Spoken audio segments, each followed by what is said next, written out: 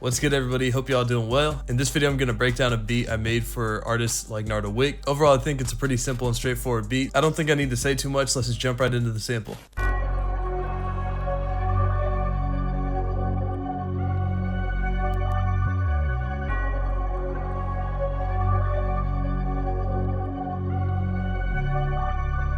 So the first thing I want to talk about is the tempo. Typically my Nardo Wick type of beats are usually pretty quick. I tried to keep this one a little slower, so I made the sample in the tempo of 143. So the first melody sound I opened was this Call the Ancients preset from Omnisphere, and I put this pattern in D minor, and the only notes it's really using is the root note of D, the 5th and 6th notes of A and A sharp, and an octave up of D.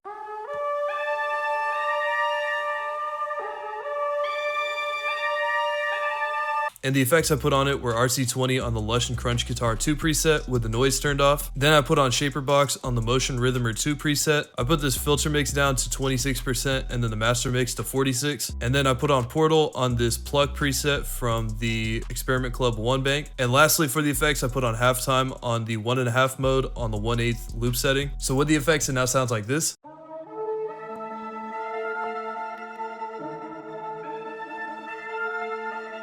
So I wanted to manipulate this outside of the MIDI, so I rendered it out as an audio clip. So I went and selected the first 10 measures here by right clicking and dragging. I went back to the mixer track and armed it by clicking this white dot here and then hitting Alt R on my keyboard and then doing the song selection and hit start. So once I had the exported version, I put it into the playlist here and I double clicked on it to open the audio menu, and then I pitched it down by 100 cents and moved this mode to stretch. After I did both of those, I hit reverse on it. So I rendered that out as an audio clip again, and I put the pitch down by 300 cents and set it to stretch.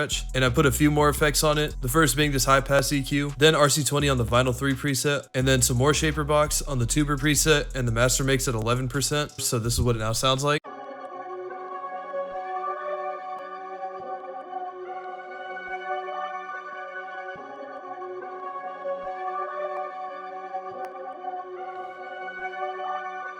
The next sound I opened up was this grand piano preset from Keyscape, and I just laid down some bass notes for what we already have.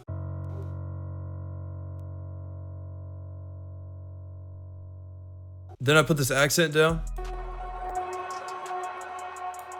So putting it in context with what we already have, it sounds like this.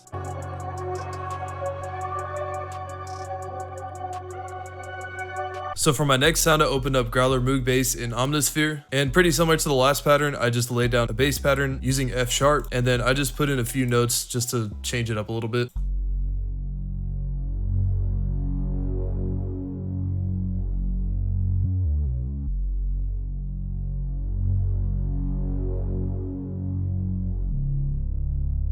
And then for my last sound, I opened up Purity and got this Tubular Bells preset. And similar to the last couple patterns, I just put it down on that same F sharp note. The last thing I did is I took that first melody we made and I pitched it down 1 octave. So I duplicated it over using shift click and then moved it down here and then clicked on the top left and hit make unique and then double click to open this up. Since it was already stretched, I just left it as it was. And I went up to these pitch settings right here. I moved the range to 12 and then just moved this all the way to the left.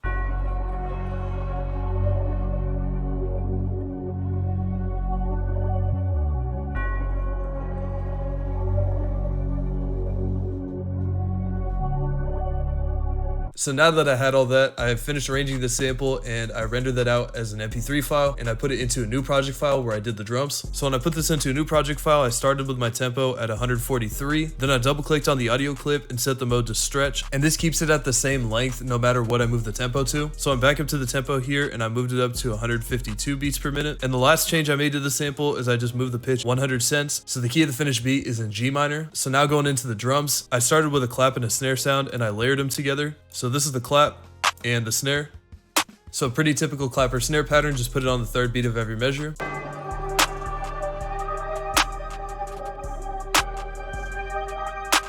So after the clap snare layer, I added another snare sound. It's pretty similar to most snare patterns that I do, except the rolls are a little bit more intricate than normal. So this first roll here is using the 1/2 step snap to grid. The second one is using the 1/3 step snapping. And the last one's also using the 1/2 step snap to grid. Other than that, the bass snare notes are hitting on like off beats, or in other words, the halfway point between beats.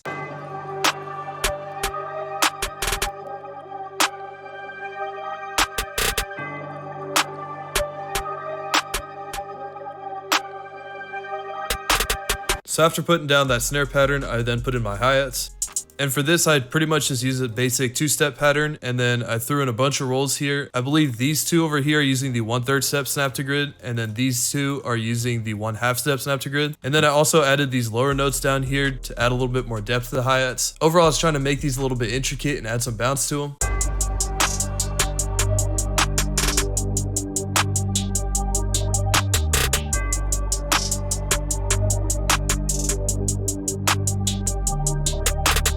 And to fill in the gaps with the drums that we have so far, I put down my open at.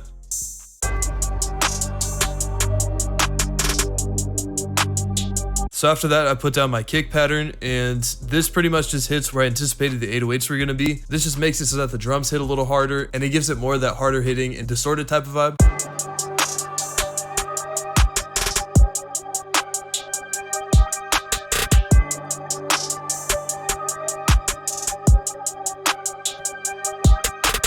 And lastly, I put in my 808 pattern using this 808.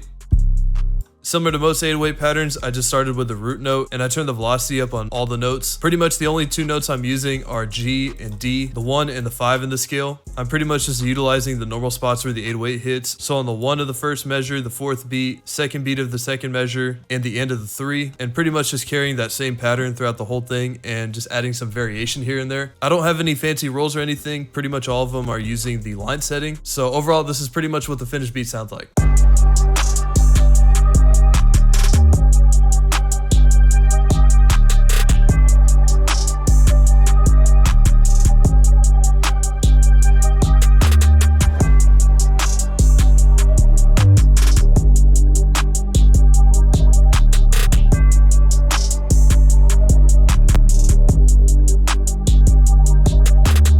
Alright, so that's going to do it for me. Hope y'all enjoyed it and found it pretty helpful. Thank you for sticking all the way to the end. You can leave me video recommendations in the comments or in the Google Forms link in the description. And that's going to do it for me, so I'll see y'all on the next one. Peace.